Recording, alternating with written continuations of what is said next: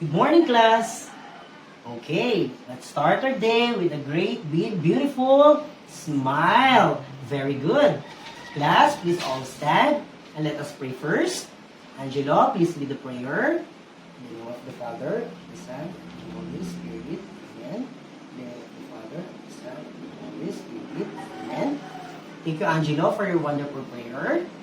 Before you take your seats, kindly pick those pieces of papers under your chairs and put it in the trash bin later. And kindly arrange your chairs properly. Okay, that's good. Everyone, take your seats. Class Secretary, do we have absentees today? None? Very good. Give yourselves 5 claps. How is your day? Are we good?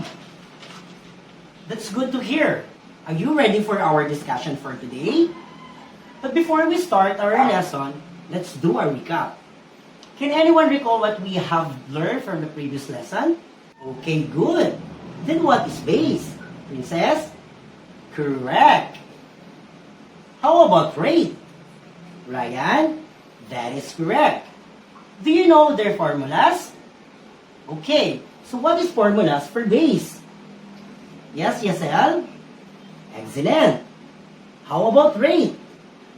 Carlo? Very good. Do you know how to use them? Okay, let's see.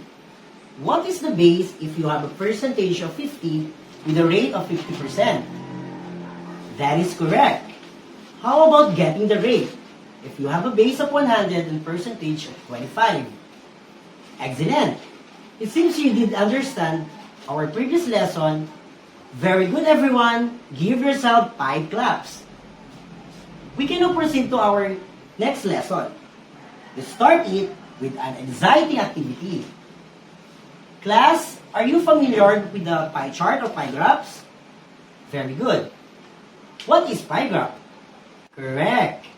Class, I have here the pieces of pie. Let's arrange them and create a pie graph. But in order for us to do that, let's see the word problem shown here on the board. James, can you please read the problem? Thank you very much, James. Can you create a pie chart that represents the survey results researched by Mrs. Santos? As I said, I have here pieces of pie. Can I have 5 representatives here in front to combine these pieces to make them as a whole? Very good. Give yourselves 5 claps. Take a look at the pie that we have created. What you have noticed? Correct. Is this data valuable to the graph? Okay. In what way? What do they signify? Very well said. This activity is related to our topic for today. Are you ready? Indeed, you have pointed out the significance of the represented data from our given pie graph. These data are what we so-called percentage. Can anyone read the definition shown on the board? Okay. Yes, Angelo. Very good. Percentage signifies as part of the base that is being determined by rate. To explain it more simply, percentage is a part of a whole. Technically, it is identified as out of 100. Okay, is it clear, class? Okay. Knowing what percentage is, does anyone can now know what is the purpose of percentage? Yes, Riazel. Correct. What else? Yes, Alan. Very good. Percentage help us to understand the concept of partition and yield. It is very important to understand this as it is mostly being used in our daily life. If we truly understand it, what is the distinct identification of percentage from percent? Okay. For us to really understand the significance of percentage to percent, please take a look on the writings on the board. What do you observe? Which of the following data represent percentage and how about percent? Yes, Riazel. Correct. Percentage is always identified with the connotation out of 100. Out of a whole, out of a 100, out of something. Okay, and while percent is identified with a simple sign, percent, such as this. To clarify them further, percentage and percent do both represent partition of a whole. But then, the significance of them is that percent illustrates the partition of a whole in a ratio form, while percentage illustrates the partition of a whole in a tally or a score form. So that is their distinct individuality and significance. Okay, very good. Okay, this is the formula of percentage. From the given illustration, how we expound the formula. Yes, Alan. Okay, very good. Percentage is the result obtained from the base multiplied by a rate. That is correct. Very good, guys. Okay, now that we know the formula for our percentage, we will now further go with an example. This is just a simple example. Say I have a base of 100 and a rate of 15%. Then what is percentage? Okay, let us know what are the given. Yes, Alan. Okay, base, very good, is 100. Yes, Riazel? Correct. Rate is 15%. Now, how will we get in the percentage?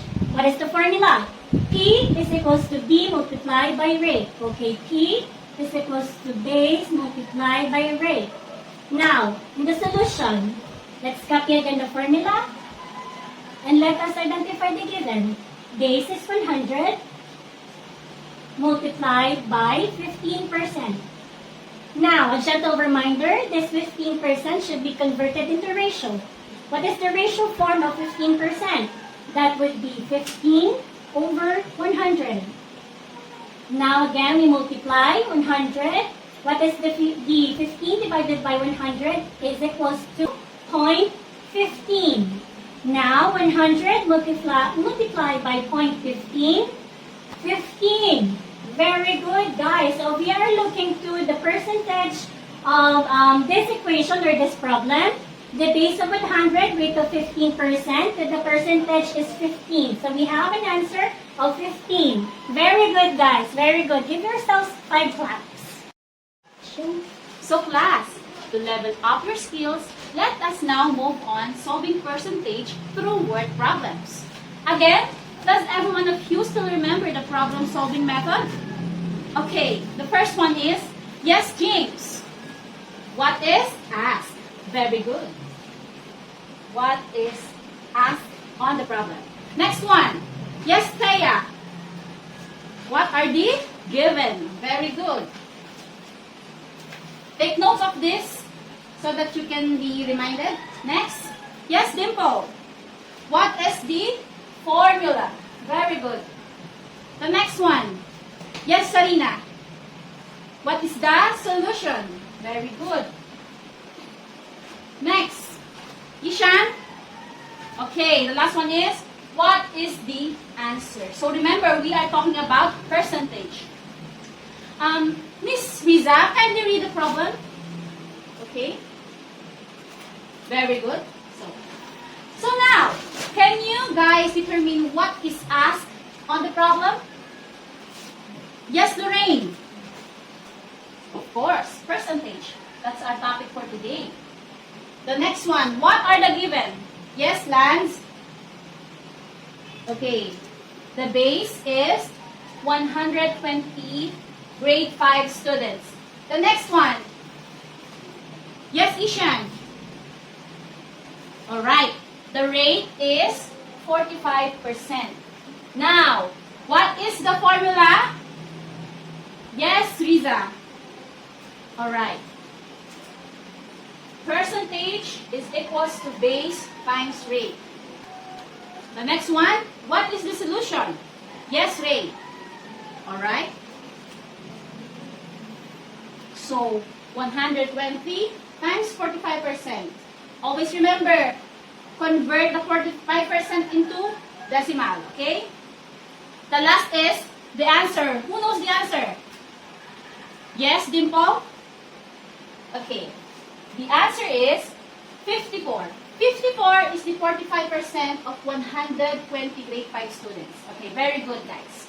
So now, I am going to group you into two.